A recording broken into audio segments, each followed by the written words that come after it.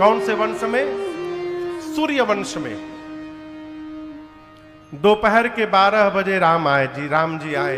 दिन में 12 बजे सूर्य नारायण कहां रहते हैं? ठीक ऊपर। जिस समय राम जी अवतार लिए उस समय सूर्य नारायण भी अयोध्या के ऊपर खड़े होकर दर्शन कर रहे हैं। अभी कह रहा था, आप यदि घर से बाहर चले जाइए मन लगेगा। सूर्य नारायण ऐसा काम करते हैं कि उनको सैटरडे संडे की भी छुट्टी नहीं मिलती। 24 घंटे चलना है उनको। सोचे सूर्य नारायण कि हमारे घर में भगवान आए हैं, आगे चला जाऊंगा तो घर का उत्सव पीछे छूट जाएगा। 1-2 घंटा रुक के यदि देख लूंगा तो किसी को पता थोड़ी चलेगा। सूर्य नारायण अयोध्या के ऊपर खड़े होकर और नीचे का उत्सव देखने लगे। नीचे लोग बधाई गा रहे हैं। एक गीत सुने, सूर्य नारायण सोचे बड़ा सुंदर गाए है हो, एक ठे और सुन लेते हैं। दूसरा का सुने, तीसरा सुने, चौथा सुने, 10वां सुने। 4-5 घंटा बीत गया। फिर सूर्य नारायण सोचे कितना ये लोग गाएंगे, बहुत देर से गा रहे हैं, अब बहुत जल्द बंद भी होने वाला होगा। आगे चला जाऊंगा तो मन में टीस रहेगी, न जाने हमारे आने के बाद क्या क्या हुआ होगा पीछे। अब एक बार पूरा बधाई उत्सव बंद हो जाए फिर आगे जाऊंगा। किसने सोचा? सूर्य नारायण ने कि ये उत्सव बंद होगा तब आगे बढ़ेंगे। बधाई गाने वाले क्या सोच रहे हैं? रात हो जाए तो बंद कर दिया जाए। गाने वाले क्या सोच रहे हैं? रात हो तो बंद करें। रात कब होगी? जब सूर्य नारायण जाएंगे। वो जाएंगे कब? जब बंद होगा। बंद कब होगा? जब रात होगी। तो आप दर्शन करिए, ना सूर्य नारायण जा रहे हैं, न नीचे रात्रि आ रही है। रात्रि नहीं आ रही इसलिए बधाई बंद नहीं हो रहा है, और बंद नहीं हो रहा है इसलिए वो जा नहीं रहे हैं। इसी चक्कर में मास दिवस कर दिवस भार, यह मरम न जाने को, रथ समेत बिठा के निशा कवन विधि हो। 1 महीने का 1 दिन हुआ। 1 महीने का 1 दिन। देखिए,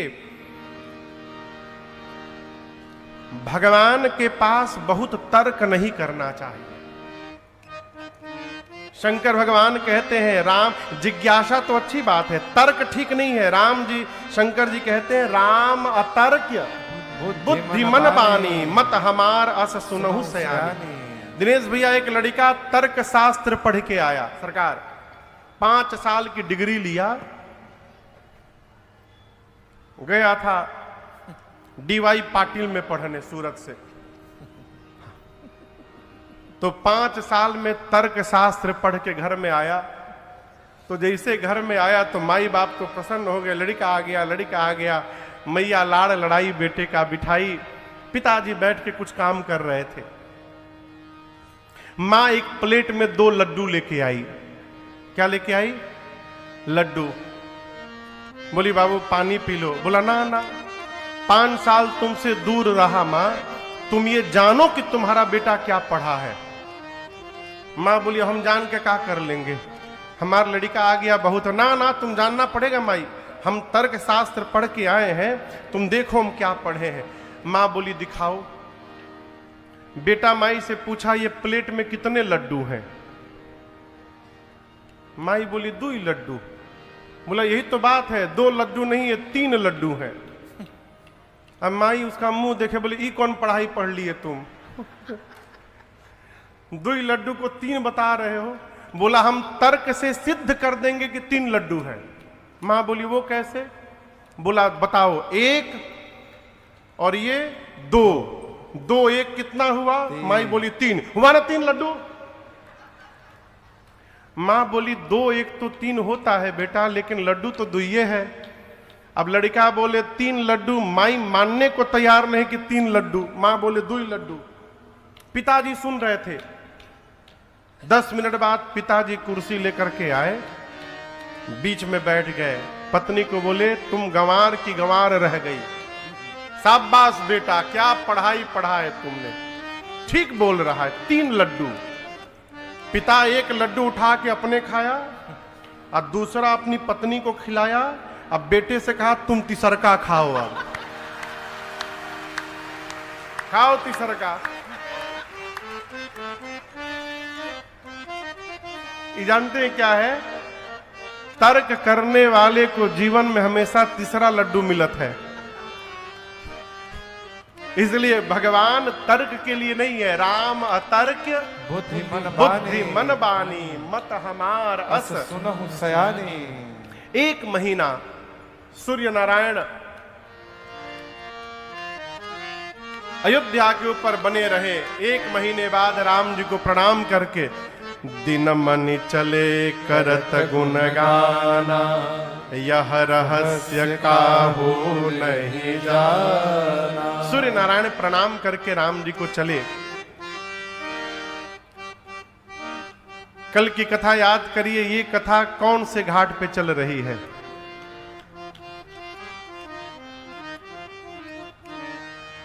भुलाई गए ना? कौन सा घाट है बताइए? काशी में चल रही है, तीर्थराज प्रयाग में चल रही है, कहां? कैलाश पर्वत पर। तीसरे घाट पर भगवान शंकर मां पार्वती जी को यह कथा सुना रहे हैं। बाबा बोले, देवी और कहूं नीज चोरी, सुनु गिरि जायते दृढ़मति तोरी। भगवान शंकर बोले, देवी अब मैं आपको अपनी एक चोरी की कथा सुनाता हूं। किसने कहा? किसने कहा? शंकर भगवान ने पार्वती मैया से कहा कि मैं आपको अपनी चोरी की कथा सुनाता हूं। मां बोली, प्रभु आप चोरी भी करते हैं? आप चोरी भी करते हैं? शंकर भगवान बोले, एक ऐसा काम है जो मैंने किया है लेकिन आपसे छिपा के रखा है, अब तक मैंने आपको बताया नहीं है। मां ने पूछा, वो कौन सा काम है प्रभु? शंकर भगवान बोले, देवी जब राम जी अवतार लिए थे ना अयोध्या में, तो आपको बिना बताए मैं भी दर्शन करने चला गया था अयोध्या, और दर्शन करके चला आया। मां ने कहा, हमको क्यों नहीं ले गए? शंकर भगवान बोले, खतरा खतरा। बोले, कैसा खतरा? शंकर भगवान बोले, पिछले जन्म में आप सती थी, आपको एक बार मैं कथा सुनाने के लिए ले गया था। लौटते समय आपने राम जी को रोते हुए देख लिया, और राम जी को रोते हुए देखकर आप सोचने लगे कहीं भगवानों रोवत है, और आपके मन में भ्रम हुआ, ऐसा भ्रम हुआ कि आपको शरीर का त्याग करना पड़ा। देवी पिछली बार जहां ले गया था वहां तो बड़के राम जी रो रहे थे, अब की बार मैं जहां गया था वहां छोटके राम जी रो रहे थे। मैं सोचा रोते हुए राम जी को फिर से कहीं देखकर आपको भ्रम न हो जाए, मारे भय क्यों आपको लेकर नहीं गया। तो मैया पूछी, अकेले चले गए? बाबा बोले, अकेले नहीं गए। कैसे गए? हम लोग दुकेले गए थे। मां बोली, हमरी रहते कौन साथ में चला गया आपके? तो शंकर जी कहते हैं, काग भुषुंडी संग मदो, काग भुषुंडी संग मदो, काग भुषुंडी संग मदो, काग भुषुंडी संग मदो, मनुज रूप जानई नहीं को, मनुज रूप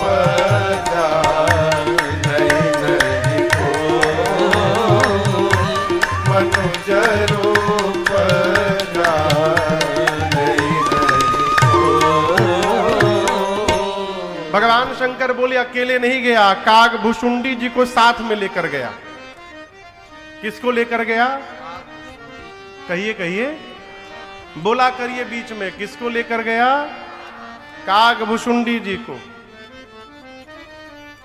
शंकर भगवान कितने सावधान हैं, ये नहीं कही रहे हैं कि हमरे साथ काग भुषुंडी गए थे। ये नहीं बोले, क्या बोले? काग भुषुंडी जी के साथ मैं गया था। यदि ये बोल देते कि मेरे साथ काग भुषुंडी गए थे, फिर फंस जाते बाबा। मैया बोलती उनको लेके चले गए, हमको लेके कहीं नहीं गए। बाबा बोले देवी, जाने की प्लानिंग काग भुषुंडी जी बनाए थे, वो आए और हमको साथ में लेके चले गए। यदि मैं प्लानिंग बनाता तो आपको छोड़ के थोड़ी जाता, लेकर के जाता। मैया पूछी, जाने के लिए कौआ महाराज ही मिले थे साथ में? काग भुषुंडी जी कौआ हैं, आप महादेव हैं। शंकर भगवान बोले देवी, मेरे और कागभुषुंडी जी दोनों के इष्ट एक हैं। कौन इष्ट है? जोर से कहिए, राम जी। राम जी में भी कौन राम जी? ये बड़के राम जी नहीं, छोटके राम जी। इष्ट देव मम बालक रामा। भगवान शंकर कहना चाहते हैं, यात्रा उसी के साथ करिए जिसके साथ आपका विचार मिलता है। जिसके साथ विचार न मिले, भूल के भी यात्रा न करिए। ना अपने जाएगा ना आपको जाने देगा। इस कथा में इतनी भीड़ है, हो सकता है कोई बरियाई से पकड़ के लाया गया हो, और जिसको कथा में मन नहीं लगेगा उसके बगल में यदि आप बैठ गए तो इतना खोद देगा आपको कि आप बीच कथा में उठ के चले जाइएगा। हमारे महाराज श्री कहा करते, ऐसे किसी आदमी के साथ यदि मजबूरी में जाना पड़े तो पंडाल के पहले ही गुम हो जाइए, और देखिए यदि वो इस कोने में बैठे तो आप उस कोने में जाके बैठिए। क्यों? 3 घंटा वो आपको ढूंढते रहे और आप चुपचाप कथा सुनते रहिए। यदि पास में बैठ गए तो ना अपने सुनेगा ना आपको सुनने देगा। बाबा बोले हम दोनों के विचार एक जैसे हैं, इष्ट एक है, इसलिए गए। मां ने पूछा कैसा लगा आपको प्रभु?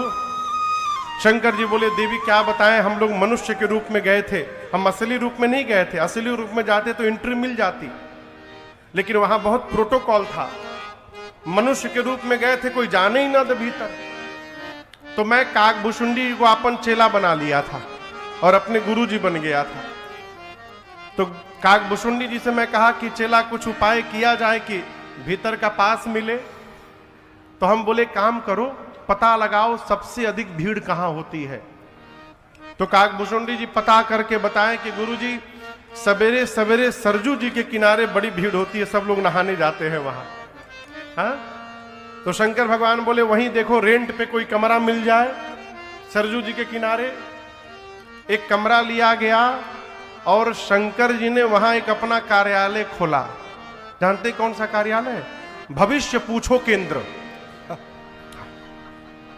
गोस्वामी जी ये प्रसंग गीतावली जी में लिखे हैं, बड़ा विधिवत। कौन सा केंद्र? भविष्य पूछो केंद्र। कार्यालय खुला, दिनेश भैया ऊपर साइन बोर्ड लिखा भविष्य पूछो केंद्र, प्रोपराइटर शंकर शर्मा। हाँ। शंकर भगवान ने कागभुषुंडी जी से कहा कि कस्टमर बनाना पड़ेगा तो ऑफर देना पड़ेगा। हाँ। भारत का स्वभाव है, फ्री में आदमी फिनाइलो पिए के तैयार है यही। बोले काम करो, जाकर सरजू जी के किनारे प्रचार करो कि 1 महीने तक गुरु जी फीस नहीं लेंगे।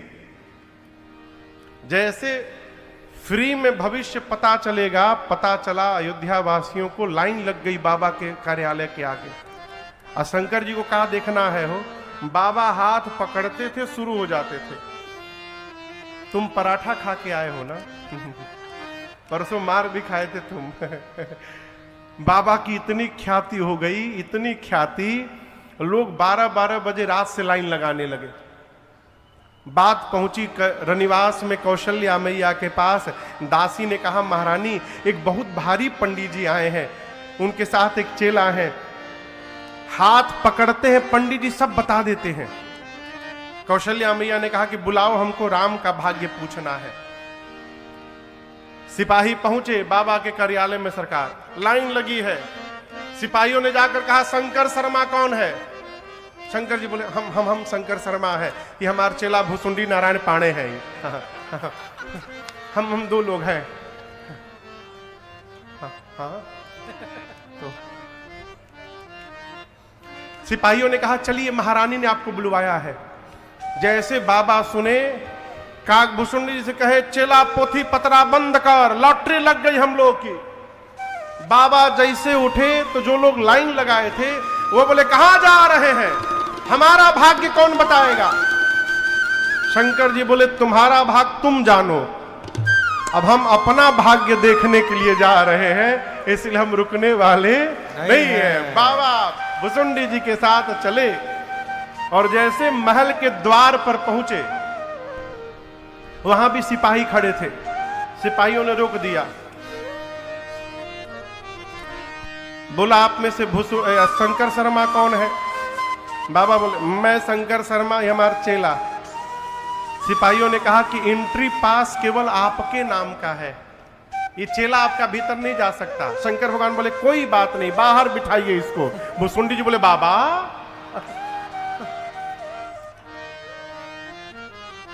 आए साथे, जब भीतर की बारी आई तो बाहर बिठाइए। शंकर जी बोले यहां चुपचाप बैठिए, आपके चक्कर में हम फंस जाएंगे, हमको एक बार भीतर जाने दीजिए, कोई ना कोई उपाय लगाकर हम आपको बुलाएंगे भीतर, आप बाहर बैठिए। बाबा भीतर गए मनुष्य के रूप में।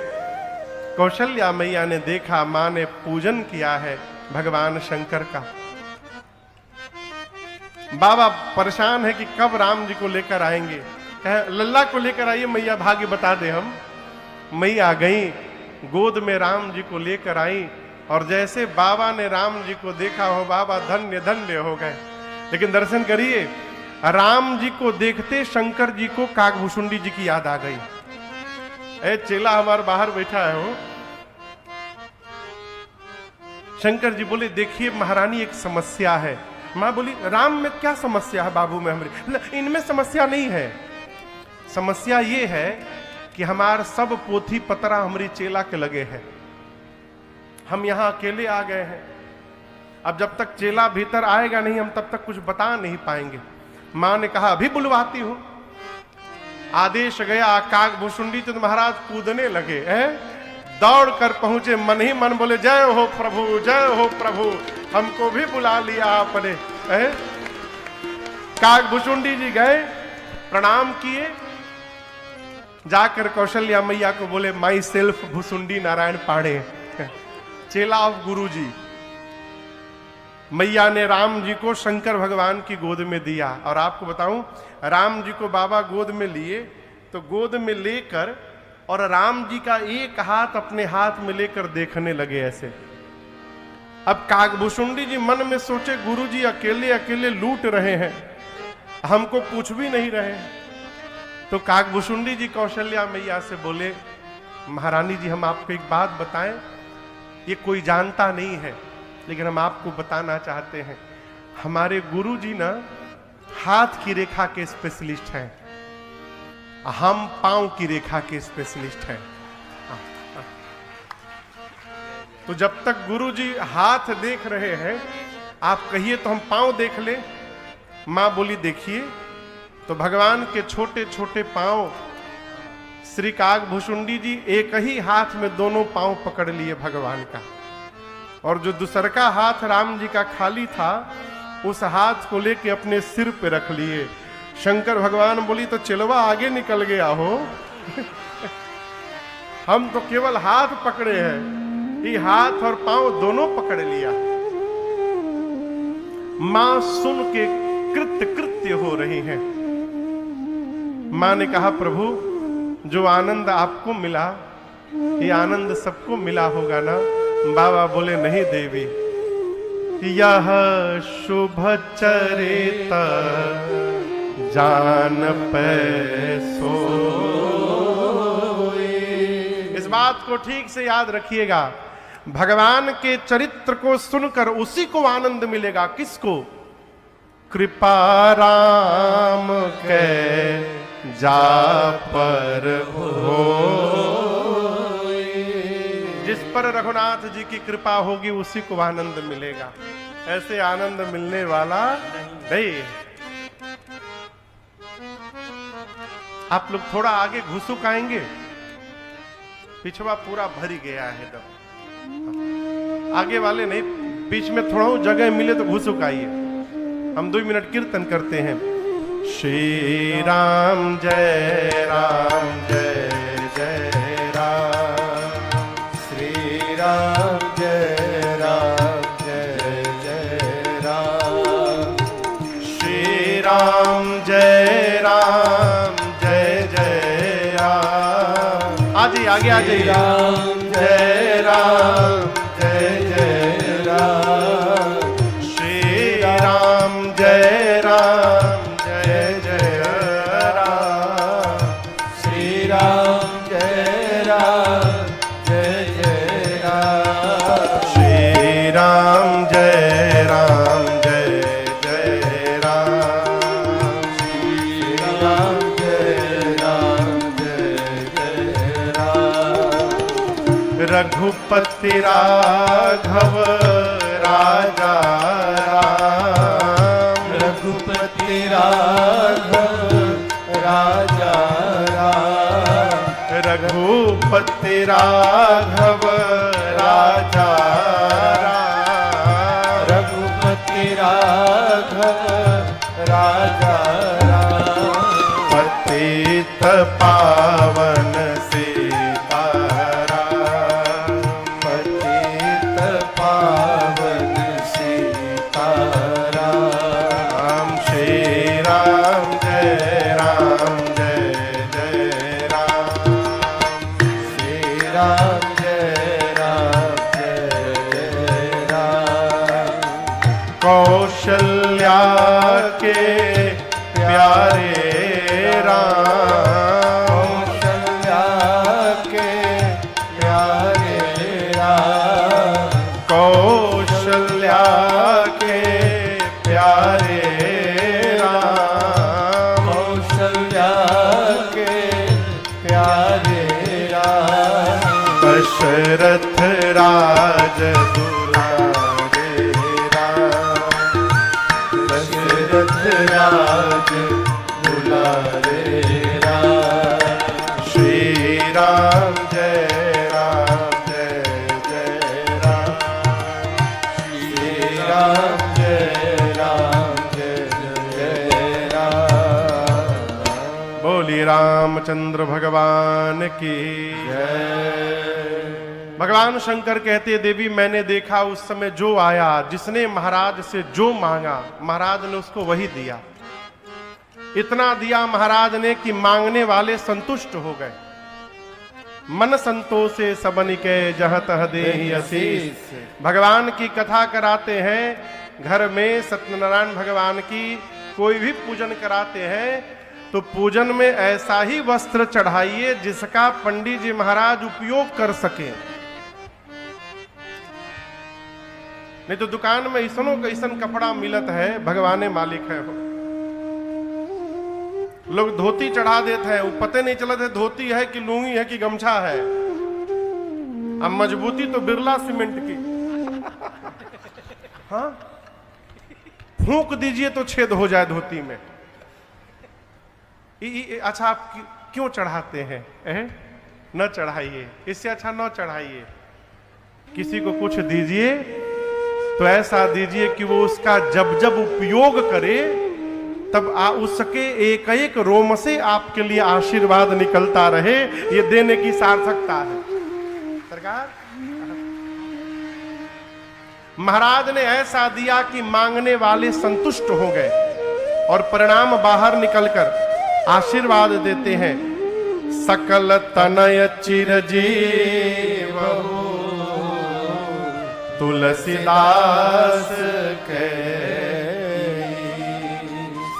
इसी प्रकार समय बीता, मांगने वाले आते गए, महाराज देते गए। नामकरण संस्कार का समय आया। गुरुदेव भगवान को बुलाकर चक्रवर्ती जी ने दिव्य आसन पर बिठाया और कहा पूजन करके, गुरुदेव आपने मेरे बच्चों के जो नाम विचारे हैं एक एक नाम बता दीजिए। यहां दर्शन करिए, महाराज ने नाम नहीं रखा, न कौशल्या मैया ने रखा। किसने रखा? किसने रखा? गुरु जी ने। आजकल तो जन्म के पहले ही नामकरण हो जाते हैं। लड़का हुआ तो टुड्डा, लड़की होगी तो टुड्डी। नामों ऐसन ऐसन लोग रखे थे ना भगवान मालिक, हम तो सुनते हैं हंसते हैं। इयान न जाने कौन दौड़ है ये। एक जगह हम गए कथा करने उड़ीसा में, एक लड़का को बुला के पूछे बाबू का नाम है? बोले पिकुम। बोले कहा? बोले पिकुम। हम उनकी दादी को बुलाए, ये क्या बोल रहे हैं? बोले इसका नाम महाराज पिक्कुम है, पिक्कुम। कितना बढ़िया नाम है ना पिक्कुम।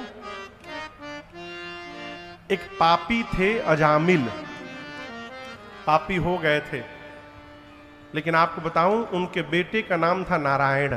क्या नाम था? अजामिल जब मरने लगे ना तो अपने लड़का को याद करने लगे, नारायण कहाँ हो तुम? नारायण एक बार आ जाओ ना मेरे सामने। हे नारायण कहाँ हो तुम? वो बुला रहे थे अपने बेटे नारायण को, लेकिन बैकुंठ में बैठे नारायण ने कहा कि ये अपने बेटे को नहीं बुला रहे हैं, ये मुझ नारायण को बुला रहे हैं। और भगवान ने अपने पार्षदों को भेज दिया। अब सोचिए अजामिल के लड़का के नाम यदि पिक्कुम रहता तो नारायण आगे होते ना। सबसे कठिन काम है मरते समय भगवत नाम का उच्चारण हो जाना। बाली कहते हैं राम जी से, हे राघव जी, जन्म जन्म मुनि जतन कराही,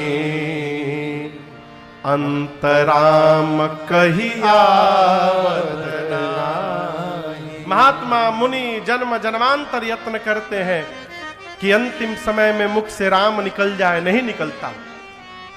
उपाय, घर के बच्चों का नाम भगवान के नाम पे रखिए। जिस भगवान को मानते हैं उनका नाम रखिए। जितनी बार बच्चों को याद करिएगा उतनी बार मुख से भगवत नाम का उच्चारण होता रहेगा। और कहीं अंतिम समय में निकल गया तो जीवन धन्य हो जाएगा। इसलिए नाम बहुत विचार करके रखिए।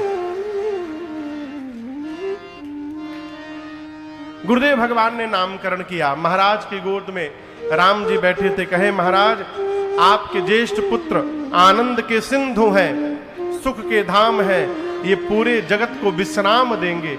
जो सबको विश्राम देंगे उनका नाम आज से राम होगा। कौशल्या मैया की गोद में भरत जी थे। बोले ये पूरे विश्व का भरण पोषण करेंगे, भोजन करा के नहीं, राम प्रेम के अमृत से। जो राम प्रेम से सबको भर दे उनका नाम भरत होगा। मां कैकेयी की गोद में शत्रुघ्न भैया बैठे थे। गुरुदेव ने कहा आपके छोटे कुमार, इनके नाम के स्मरण मात्र से शत्रुओं का नाश हो जाएगा।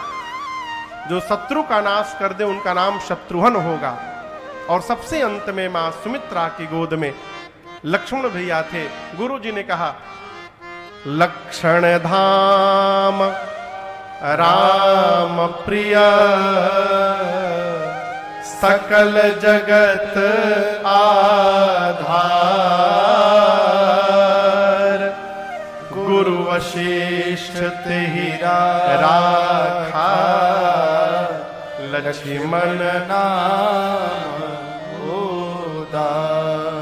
गुरुदेव भगवान कहते हैं महाराज आपके तीसरे पुत्र समस्त शुभ लक्षणों के धाम हैं, राम जी के प्रिय हैं। ये शेष अवतार है महाराज, इन्होंने अपने मस्तक पर ही पृथ्वी को धारण किया है। आज के बाद इनका नाम लक्ष्मण होगा। पूरी सभा बोल पड़ी, बोलिए राम लला सरकार की जय, बोलिए भरतलाल सरकार की जय, बोलिए शत्रुघ्न लाल सरकार की जय, बोलिए लखन लाल सरकार की जय। गुरुजी ने कहा महाराज आपके चारों पुत्र चारों वेद भगवान के सार तत्व हैं। वेद कितने हैं? वेद हाँ 4 नाम याद है? पहला बताइए।